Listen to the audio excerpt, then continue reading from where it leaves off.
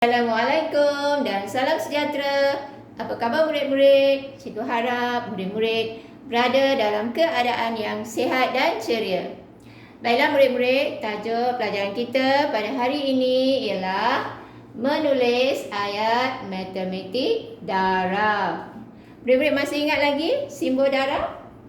Okey, cikgu tunjuk ya. Ini adalah simbol darab, ini juga adalah simbol darab, ini ada simbol darab. Ini adalah simbol darab ya. Okey, baiklah murid-murid. Sebelum murid-murid menulis ayat matematik untuk operasi darab, murid-murid perlu melihat terlebih dahulu gambar raja ya. Gambar-gambar yang cikgu lukis di sini ya. Okey, baiklah kita mulakan. Baik, mula-mula sekali sebelum murid-murid menulis ayat matematik, murid-murid perlu melihat gambar-gambar raja yang diberi ini ya. Okey. Di sini ada garisan berwarna biru berbentuk segi empat. Okey. Garisan berwarna biru berbentuk segi empat ini mewakili kumpulan ya, kita sebut sebagai kumpulan. Jadi di sini ada satu kumpulan ya. Jadi cikgu beri nama ini kumpulan A ya. Jadi di sini ada satu kumpulan sahaja ya, iaitu kumpulan A saja. Jadi ada satu kumpulan ya.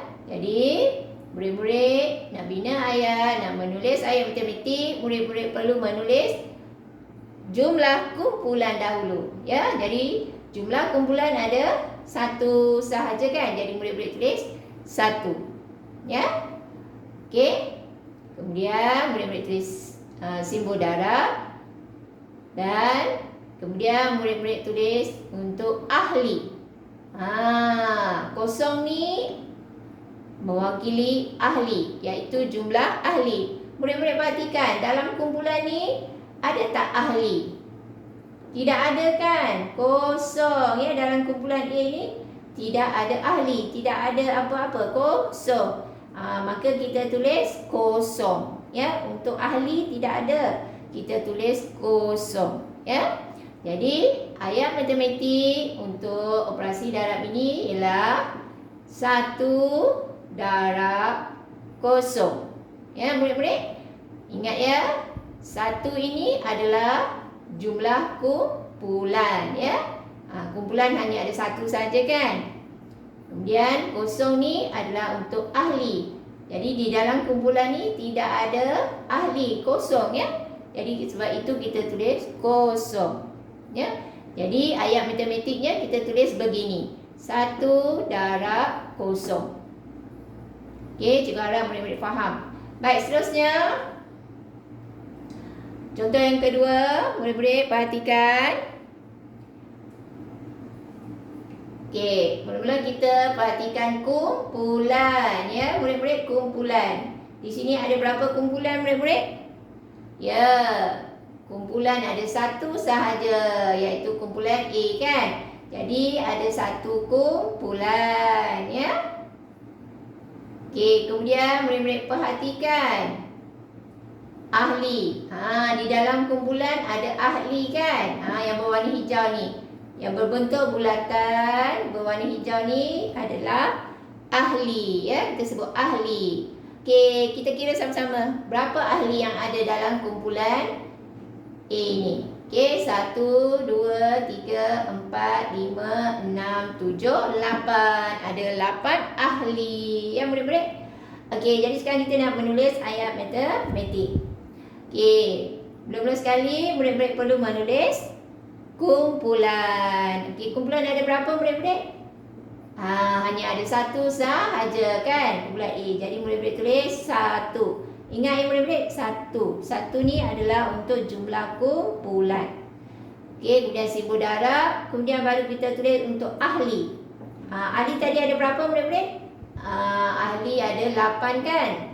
Ya. 1, 2, 3, 4, 5, 6, 7, 8. Jadi kita tulis 8. 8 ini adalah untuk jumlah ahli ya murid-murid. Jadi ayat matematiknya kita tulis begini. 1 darab 8. Ya. Okey, seterusnya contoh yang ketiga. Baiklah murid-murid, mula-mula sekali murid-murid perhatikan dulu kira jumlah kumpulan. Jadi di sini ada berapa kumpulan murid-murid? Ya, ada satu kumpulan saja, iaitu kumpulan A. Ya, ada satu kumpulan. Ya, jumlah kumpulan hanya ada satu. Okey, kemudian kita baru lihat ahli. Ahli yang ada di dalam kumpulan. Cuba lihat. Yang berbentuk bulatan, yang berwarna hijau ni adalah ahli ya murid-murid. Okey, kira sama-sama dengan cikgu. 1, 2, 3, 4, 5, 6. Jadi ahli ada 6 ya. Okey, sekarang kita nak bina ayat matematik. Okey. Mula-mula sekali, murid-murid mesti ingat kita kena kira kumpulan dahulu ya. Jadi kumpulan ada satu saja kan. Jadi kita tulis 1. Ya, murid-murid, 1 ni adalah untuk kumpulan, jumlah kumpulan ya. Kemudian simbol darab. Kemudian baru kita tulis ahli. Ahli tadi ada berapa murid-murid?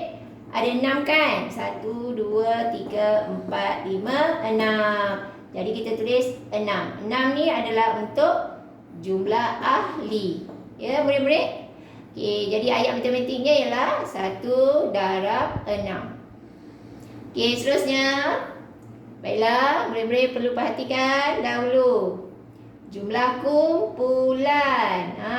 Di sini ada berapa kumpulan murid-murid? Di sini ada 2 kumpulan ya. Kumpulan A, kumpulan B. Ya. Jadi di sini ada 2 kumpulan. Kumpulan A, kumpulan B. 1, 2. Jadi di sini ada 2 kumpulan ya. Okey, cuba murid-murid perhatikan, ada tak ahli di dalamnya? Di dalam kumpulan ni tidak ada ahli, kosong kan? Ya. Baiklah. Kita ingin menulis ayat matematik ya. Okey, perhatikan. Okey, mula-mula murid-murid perlu tulis apa? Jumlah kumpulan ya. Okey, tadi ada berapa kumpulan? Ada berapa jumlah kumpulan? 2 ya. Jadi cikgu tulis di sini 2. Ya.